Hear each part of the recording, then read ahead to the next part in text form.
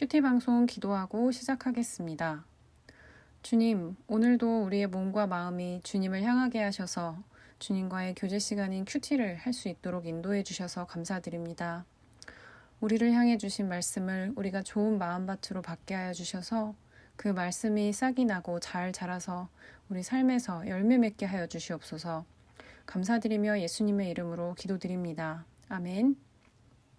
오늘 말씀은 역대하 12장 9절로 16절 르호보암의 삶의 결론이란 주제입니다. 같이 읽어보겠습니다. 애굽왕 시삭이 올라와서 예루살렘을 치고 여호와의 전 보물과 왕궁의 보물을 모두 빼앗고 솔로몬이 만든 금 방패도 빼앗은지라. 르호보암 왕이 그 대신에 노수로 방패를 만들어 국문을 지키는 경호 책임자들의 손에 맡기매 왕이 여호와의 전에 들어갈 때마다 경호하는 자가 그 방패를 들고 갔다가 경호실로 도로 가져갔더라. 르호보암이 스스로 겸비하였고 유다에 선한 일도 있으므로 여호와께서 노를 돌이키사 다 멸하지 아니하셨더라. 르호보암 왕은 예루살렘에서 스스로 세력을 굳게 하여 다스리니라. 르호보암이 왕위에 오를 때 나이가 41세라. 예루살렘 곧 여호와께서 이스라엘의 모든 지파 중에서 택하여 그의 이름을 두신 성에서 17년 동안 다스리니라. 르호보암의 어머니의 이름은 나아마요 암몬 여인이더라. 르호보암이 악을 행하였으니 이는 그가 여호와를 구하는 마음을 굳게 하지 아니함이었더라. 르호보암의 처음부터 끝까지의 행적은 선지자 스마야와 선견자 잇도의 족보책에 기록되지 아니하였느냐. 르호보암과 여로보암 사이에 항상 전쟁이 있으니라. 르호보암이 그의 조상들과 함께 누움에 다윗성에 장사되고 그의 아들 아비야가 그를 대신하여 왕이 되니라. 아멘. 앞선 말씀에 이어서 르호보암 왕의 이야기가 이어집니다. 르호보암 왕의 어리석은 선택이 어떤 결과를 불러왔는지를 우리는 앞의 말씀들에서 보았습니다. 특히 어제 말씀에서는 르호보암의 나라가 견고하고 강해지자 왕이 여호와의 율법을 버렸다고 했습니다. 이 일로 하나님께서 애굽 왕 시삭을 들어서 예루살렘을 치셨는데 이때 이스라엘 방백들과 왕은 스스로 겸비하여 여호와 하나님의 의로움을 인정했고 이에 하나님께서는 멸망을 거두십니다. 그리고 하시는 말씀이 그들의 겸비함으로 말미암아 그들을 멸하지 아니하고 조금 구원하겠다. 그것은 그들이 나 하나님 여호와를 섬기는 것과 세상 나라들을 섬기는 것이 어떻게 다른지를 알게 하기 위함이다 라고 하셨습니다.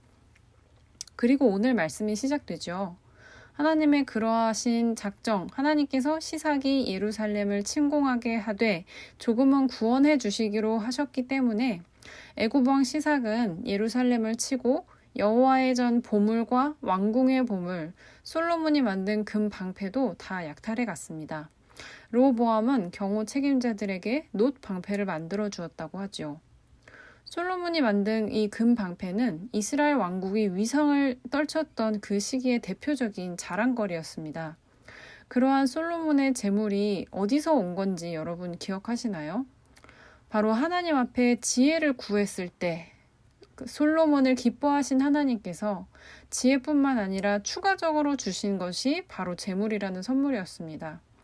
이렇게 선물로 받았던 재물이 그저 쌓아둔 재물이 될 뿐이 되자 왕이 교만하여졌을 때 이 재물은 즉시 없어지고 말죠.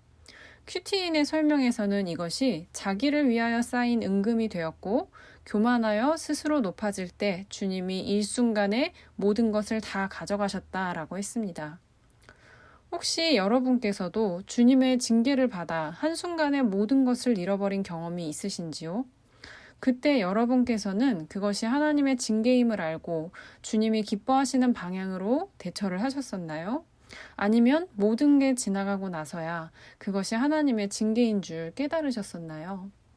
우리 하나님께서는 우리의 벌을 징계하시는 분이시지만 우리를 사랑하기 때문에요. 그 가운데 돌이켜 회개하여 예배를 회복하고 붙드는 자들을 또한 용서하시고 회복시키시기를 기뻐하시는 분이십니다. 사랑하시기 때문에요.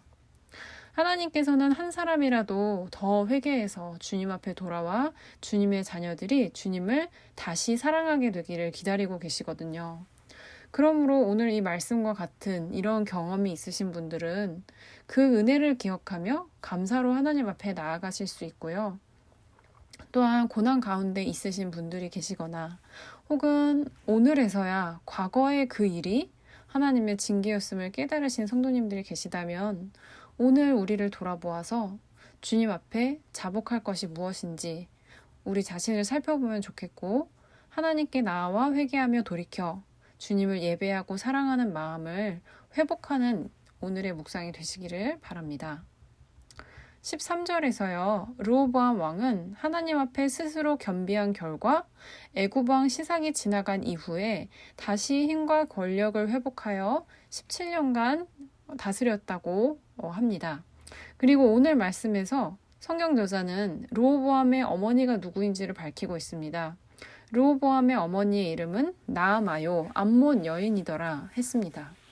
왕의 통치를 평가할 때 어머니에 대해서 기록하는 것은 이스라엘 역사 기록에서 굉장히 일반적인 것입니다. 즉 이것은 왕들에게 어머니의 영향력이 크다는 것을 알려주지요. 그런데 나아만은 암몬 여인으로서 암몬이란 나라의 우상, 밀곰을 숭배하던 사람입니다. 그러한 우상 숭배의 영향으로 이 르호보암 왕은 여호와 하나님을 구하는 마음을 굳게 하는 데에 실패했다고 오늘 말씀에서 말하고 있죠. 14절에 르호보암의 통치 전반에 대한 평가를 보면 알 수 있습니다. 여호와를 구한다는 것은 여호와 하나님의 율법을 지킨다라는 걸 말합니다. 그런 마음을 굳게 지키지 못한 것이 하나님 보시기에 악하였다고 성경은 기록하고 있습니다. 이 말씀을 읽으며 하나님께서 하나님의 백성에게 원하시는 순종의 자세란 어떤 자세라고 생각하시는지 오늘 한번 생각해 보시고 또 오른편에도 한번 적어 보시면 좋겠습니다.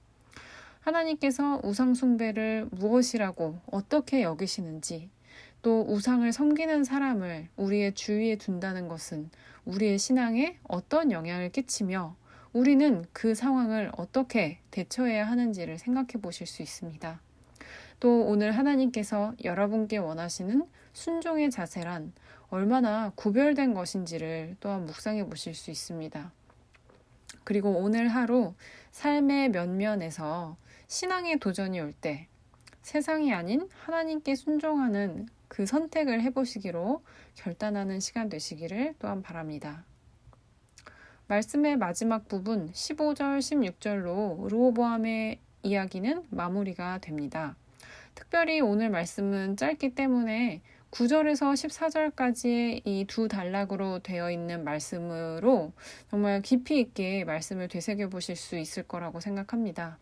그리고 이 한 왕, 르호보암이라는 한 명의 왕의 일대기를 마무리하면서 지금까지 읽어보신 말씀, 그 전체적인 생을 한번 돌아보시고요.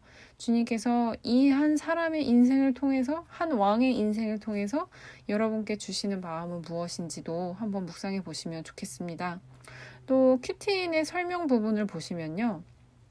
르호보암이 하나님 앞에 잘못했던 것들이 무엇인지를 이 마지막 부분을 통해서 다시 한번 짚어주고 있거든요. 그것을 보시면, 그 설명을 보시면 그가 했던 잘못이란 하나님께서 복을 주셨을 때 오히려 하나님의 말씀을 버린 것이었습니다. 어머니의 영향으로 우상 숭배에서 자유롭지 못하고 하나님만을 온전히 붙들지 못했어요. 그리고 자기를 위한 선택으로 인해서 형제인 북이스라엘과 항상 전쟁을 하게 되었죠. 우리는 무엇보다 하나님만을 붙들게 하지 못하는 우리의 환경에도 불구하고 하나님을 구하는 그 마음을 요동하지 않도록 굳게 하기 위해서 무엇을 어떻게 할 수 있는지 생각하고 실천해야겠습니다. 세상은 점점 하나님으로부터 멀어지지만 하나님의 백성들은 그 세상을 거슬러서 하나님의 말씀대로만 사는 사람들이기 때문입니다. 오늘 하루 세상의 왕을 세우시고 또 왕과 함께 인간의 왕보다 높은 곳에서 이 세상을 통치하시는 하나님을 생각하며 그의 백성으로 살아가시는 한 날 되기를 기도하겠습니다. 이 방송을 들으실 뿐 아니라 말씀을 반복해서 읽으시고 또 말씀을 읽으시면서 짚어드린 묵상 포인트를 가지고 깊이 묵상하시는 하나님과의 교제 시간 되시길 바랍니다. 여러분의 묵상을 위해서 기도하고 마치겠습니다. 주님, 세상 역사를 주관하시는 주님께서 어떻게 세상 나라에 개입하시고 그 가운데서 일하시는지를 역대기를 통해 보여주시니 감사합니다. 우리는 참 죄 많은 사람으로서 온전히 하나님을 의지하지 못하고 하나님이 아닌 많은 다른 것을 의지합니다. 그러나 우리의 연약함을 아시는 주님께서 우리를 그런 죄에 내버려 두지 않으시고 하나님의 말씀을 읽을 때 그 말씀을 깨닫게 하시며 깨닫고 돌이켜 회개함으로 우리의 삶을 새롭게 하시어서 우리가 변화된 그리스도인의 삶을 살도록 우리를 인도하여 주시옵소서. 우리 성도님들의 묵상 가운데 오늘 성령님의 풍성한 도우심과 역사가 가득하기를 기도합니다. 예수님의 이름으로 기도드립니다. 아멘.